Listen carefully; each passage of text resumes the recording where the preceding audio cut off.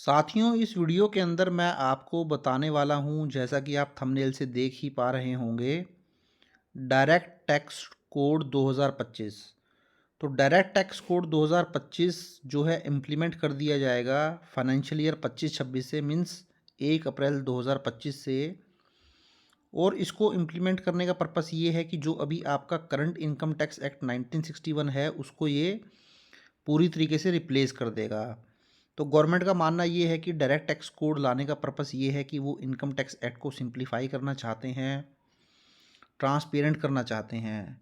तो इस वीडियो के अंदर मैं कुछ बड़े चेंजेस जो कि डायरेक्ट टैक्स कोड के अंदर आएंगे, जो कि कैपिटल गेन टैक्स को लेकर भी हैं, स्टैंडर्ड डिडक्शंस को लेकर भी हैं, आपके जो सैलरी या इनकम फ्रॉम अदर सोर्सेज हैं इनको लेकर हैं, टीडीएस टीसीएस को लेकर हैं। तो क्या वो बड़े चेंजेस हैं और किस तरीके से आपको इम्पैक्ट कर सकते हैं, चलिए मैं इस वीडियो के अंदर आपको बताने वाला हूँ। तो चलिए डिटेल में अपनी वीडियो को एक बार देख लेते हैं। तो देखिए, सबसे बड़ा चेंज जो किया गया है वो है removal of assessment year and previous year. तो जैसा कि आप जानते ही हैं, जब आप अपने इनकम टैक्स की रिटर्न फाइल करते हैं तो वहाँ पर आपको हमेशा एक कन्फ्यूज़न भी बना रहता है, जो नए एसएससीज होते हैं, टैक्स पेयर होते हैं, कि ये असेसमेंट ईयर और प्रीवियस ईयर क्या है। तो प्रीवियस ईयर का कंसेप्ट चलता है, जैसे मेरा अभी 24-25 फाइनेंशियल ईयर है, ये मेरा प्रीवियस ईयर है। और इसकी आईटीआर आप नेक्स्ट ईयर अप्रैल 25 के बाद, मीन्स 25-26 ईयर, फाइनेंशियल ईयर 25-26 के अंदर इसकी आईटीआर फाइल करेंगे, जिसको आप असेसमेंट ईयर बोलते हैं।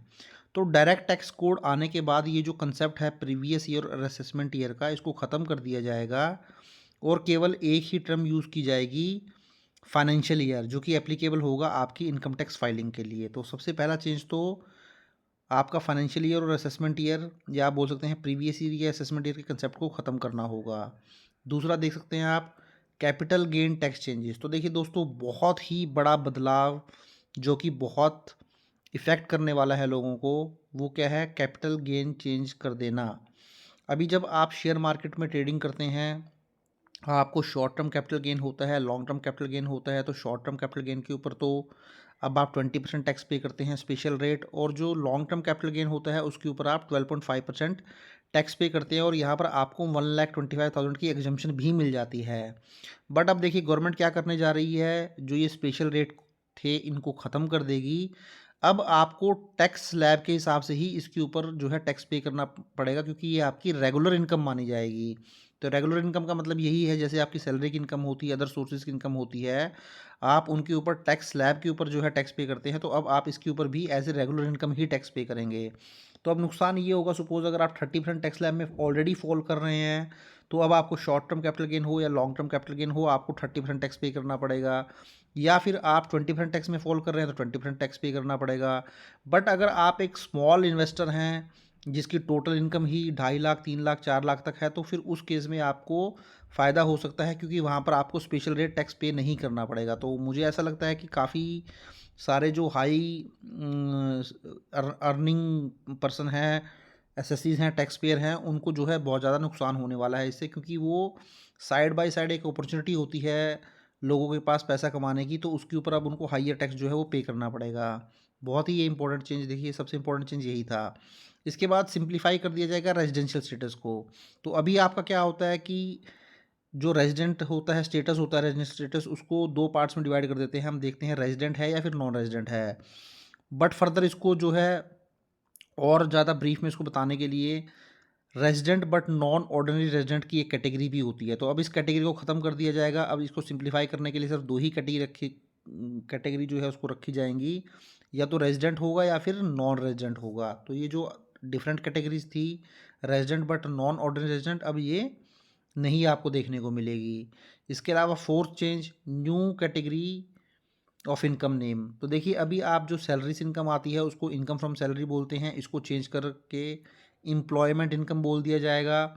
और जो इनकम फ्रॉम अदर सोर्सेज होती है उसको भी रीनेम कर दिया जाएगा, और उसको बोल दिया जाएगा इनकम फ्रॉम रेसिड्यूरी सोर्सेज। तो यहाँ पर सिर्फ नाम चेंज है, बाकी सब कुछ सेम रहने वाला है, सैलरी इनकम के केस में और इनकम फ्रॉम अदर सोर्सेज के केस में।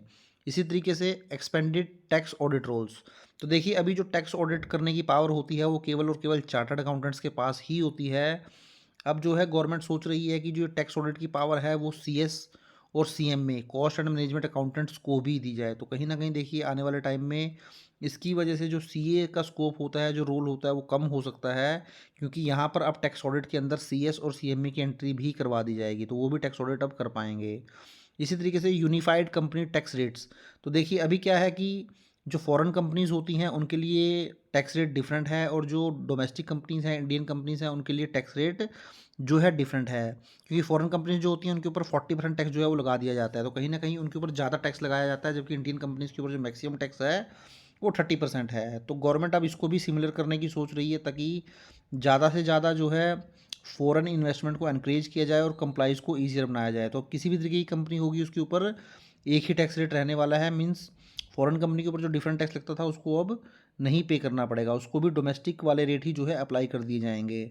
इसी तरीके से बहुत सारी इनकम ऐसी हैं जिनके ऊपर आज टीसीएस और टीडीएस एप्लीकेबल नहीं होता है, तो गवर्नमेंट की ये कोशिश है जो मैक्सिमम इनकम्स हैं उनके ऊपर टीडीएस और टीसीएस को एप्लीकेबल कर दिया जाए। इसीलिए गवर्नमेंट ने क्या किया था, अभी जो 5% वाले टैक्स रेट वाला टीडीएस था उसको घटाकर 2% भी कर दिया गया था।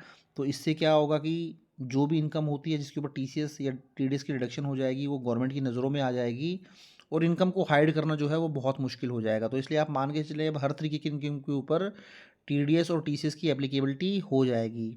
लास्ट की अगर मैं बात करूँ फ्यूअर डिडक्शन एंड एग्जम्पशंस, तो देखिए आप जानते ही हैं पिछले कुछ टाइम से न्यू टैक्स रिजीम में आप आईटीआर फाइल करते होंगे, आपने सुना होगा, जहाँ पर बहुत सारे डिडक्शन या एग्जम्पशन आपको नहीं मिलती हैं। तो कहीं ना कहीं गवर्नमेंट ने जो ये डायरेक्ट टैक्स कोड लाने वाली है उसकी तैयारी ऑलरेडी गवर्नमेंट कर चुकी है। क्योंकि गवर्नमेंट अब क्या करने जा रही है, मुझे ऐसा लगता है कि गवर्नमेंट जो है ओल्ड टैक्स रिजीम को आने वाले टाइम में ख़त्म ही कर देगी, केवल न्यू टैक्स रिजीम ही रखेगी। तभी गवर्नमेंट पिछले 2-3 साल से आपसे न्यू टैक्स रिजीम में आईटीआर फाइल करवा रही है, ताकि लोग जो है हैबिचुअल हो जाएं डिडक्शंस ना लेने के और एग्जम्पशन ला लेने के। तो इसीलिए अब आने वाले टाइम में देखिए गवर्नमेंट का मानना ये है कि वो जो भी एग्जम्पशन या डिडक्शन है उनको रिमूव कर देगी, और जो टैक्स फाइलिंग है उसको ईजी कर देगी या स्ट्रीमलाइन कर देगी। बट यहाँ पर ये भी बताया गया है जो सैलरीड एम्प्लॉई होंगे उनके लिए जो ये स्टैंडर्ड डिडक्शन है अभी 75,000 आपको मिलती है, इसको इंक्रीज़ करके 2,75,000 कर दिया जाएगा। तो एक बहुत बड़ा चेंज आप बोल सकते हैं स्टैंडर्ड डिडक्शन को लेकर भी गवर्नमेंट जो है वो करने जा रही है। तो ये कुछ चेंजेस थे जो कि डायरेक्ट टैक्स कोड 2025 में आपको देखने को मिल सकते हैं। तो साथियों, आप आई होप आपको वीडियो अच्छा लगा होगा। वीडियो अच्छा लगा तो उसको लाइक करें, शेयर करें, और चैनल को सब्सक्राइब नहीं किया तो चैनल को भी जरूर सब्सक्राइब कर लें। Thank you very much, have a nice day, take care.